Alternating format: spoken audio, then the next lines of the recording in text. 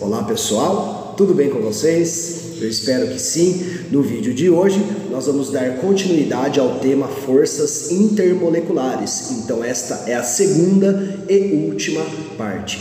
Antes disso, curta o vídeo, se inscreva no canal, siga o Prof no Instagram para impulsionar e ajudar o meu trabalho. Vamos nessa? Pessoal, eu gostaria de começar esta aula fazendo uma pequena revisãozinha acerca do último slide de um dos temas que foi mostrado na parte 1, tá legal? Que é a questão da intensidade das forças. Nós temos que a força de polo instantâneo é mais fraca do que a força de polo permanente, que é mais fraca que a força ligação de hidrogênio, que é mais fraca que a força íon dipolo. Então o íon dipolo é a mais forte e dipolo instantâneo é a mais fraca. Por que que isso é importante? Porque hoje nós vamos falar de propriedades físicas das forças intermoleculares. Então vamos lá, pessoal, nós temos aqui uma representação dos estados físicos, sólido, líquido, gás. É importante nos lembrarmos, isso a gente aprende lá em propriedades da matéria, é importante a gente se lembrar que nós temos mais energia no estado físico gasoso do que no estado físico líquido. São os dois estados que vão importar para nós nesta aula. O estado físico sólido aqui não é importante, tá legal? Porque nós vamos falar da transformação líquido-gás. Então o líquido tem menos energia do que o gás. Lembrem-se disso.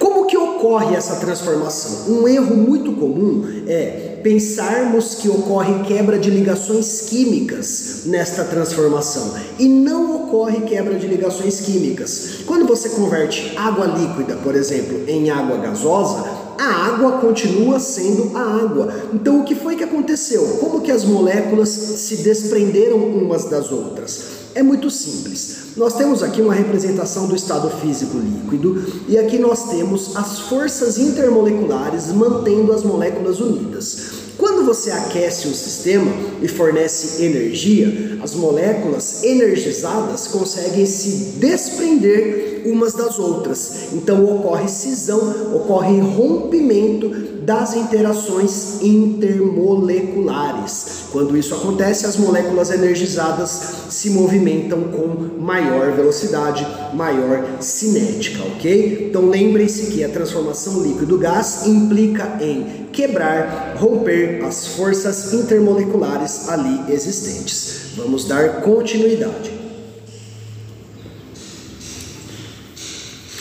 Como que eu devo comparar o ponto de ebulição de uma molécula com o ponto de ebulição de outra molécula?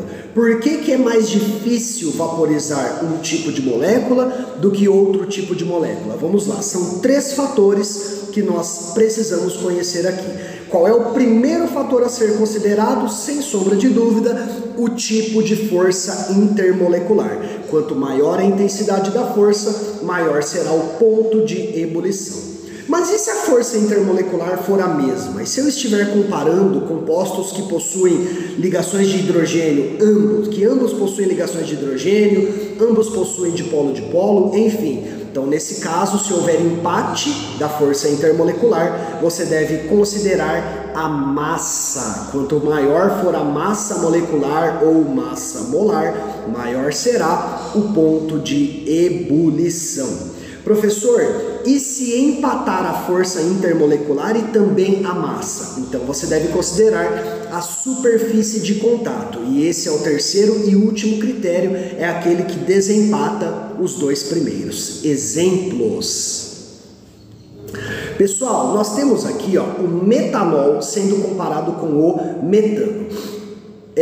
Por que o metanol possui um ponto de ebulição maior do que o ponto de ebulição do metano? É muito simples. Notem que o metanol apresenta interação do tipo ligação de hidrogênio, enquanto que o metano apresenta dipolo induzido. Ligação de hidrogênio é mais forte, é mais difícil vaporizar o metanol do que o metano, tá legal? Agora, olha o que aconteceu aqui, Nós temos hexano e pentano para comparar. Bom, ambas são moléculas apolares. Ambas apresentam a força do tipo dipolo induzido. Mas por que o ponto de ebulição do hexano é maior que o ponto de ebulição do metano? Porque a massa molecular do hexano é maior do que a massa molecular do pentano. Então, empatou a força intermolecular, desempata pela massa. Porém, e se acontecer dos dois fatores serem iguais? Notem, nós temos aqui ó, C4H10 e C4H10. O ponto de ebulição deles é diferente, ó. Menos 0,5 é maior que menos 12, cuidado com a matemática. Então aqui nós temos um ponto de ebulição maior. A massa vai ser a mesma, por quê? Porque a fórmula molecular deles é a mesma. Mas por que eles possuem esse ponto de ebulição diferente? Por causa do formato da cadeia. A geometria dessas moléculas é diferente. Por que é mais difícil vaporizar o C4H10 aqui em cima do que o C4H10 aqui embaixo? Porque nesta cadeia linear, pessoal, olha lá, ó, os átomos de carbono interagem perfeitamente com outros átomos de carbono e também hidrogênios, que eu omiti ali para não ficar muito poluído o desenho no slide. Enquanto que no segundo caso, ó, esse carbono ramificado, esse carbono que está descendo aqui, ó, esse carbono ele impede a interação de uma molécula com a outra. Então é mais fácil vaporizar o C4H10 aqui de baixo do que o C4H10 daqui de cima. Então, empatou a força intermolecular, vai para a massa. Empatou a massa, vai para a superfície de contato, tá legal? Dando sequência à nossa aula, vamos falar da regra do semelhante dissolve semelhante. Pessoal, a gente aprende lá em propriedades da matéria que a água se mistura com álcool, mas a água não se mistura com óleo. O óleo de cozinha se mistura com o azeite, mas não se mistura com o álcool, por exemplo. Por que isso acontece? Tem a ver com forças intermoleculares. Compostos polares são miscíveis entre si. Compostos apolares são miscíveis entre si também. Mas os polares não se misturam com os apolares. Por quê? Porque o tipo de força intermolecular entre moléculas polares é diferente da força intermolecular entre moléculas apolares. Então, cada um forma ali o seu grupinho com a sua intensidade de atração, tá legal? Vamos a um breve resuminho. Então, compostos polares miscíveis entre si, compostos apolares miscíveis entre si e polar com apolar pouco miscíveis entre si. Cuidado com os termos. Compostos polares são classificados como hidrossolúveis, hidrofílicos, mas são lipofóbicos. O que isso quer dizer? Solúvel em água, afinidade com a água no hidrofílico e medo do óleo no lipofóbico, tá legal? Esses termos são muito cobrados nos vestibulares. Atente-se à memorização dos mesmos, tudo bem? Agora, compostos apolares, olha o que vai acontecer. Eles são lipossolúveis, eles são lipofílicos, mas eles são hidrofóbicos. Então, eles são solúveis no óleo, eles têm afinidade com o óleo, mas eles têm medo da água, tá legal? Vamos seguir.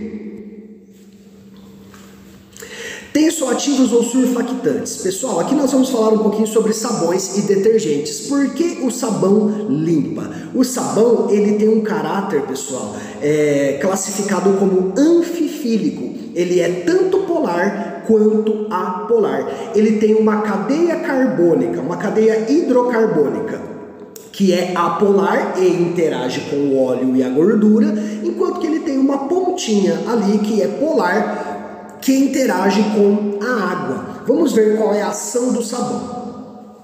Então vai lá o indivíduo lavar a louça, por exemplo, certo? O que eu tenho lá? Eu tenho o sabão, que vai interagir tanto com a água quanto com os óleos e as gorduras presentes ali nos utensílios de cozinha, correto? Então a parte hidrofílica do sabão atrai a água e se mistura com ela, enquanto que a parte hidrofóbica do sabão repele a água, mas atrai a gordura, ou seja, atrai os óleos, e então o sabão consegue interagir com ambos. É muito legal como o sabão atua, né? Como é que o sabão faz a limpeza dos utensílios.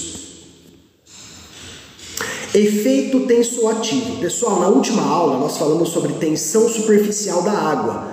O sabão, ele diminui a tensão superficial da água. Por quê? Imagine lá, você tem um recipiente contendo apenas água e aquele lençolzinho de água em cima. E aí você coloca ali sabão ou detergente. O que vai acontecer? Não tem gordura nessa água, não tem óleo.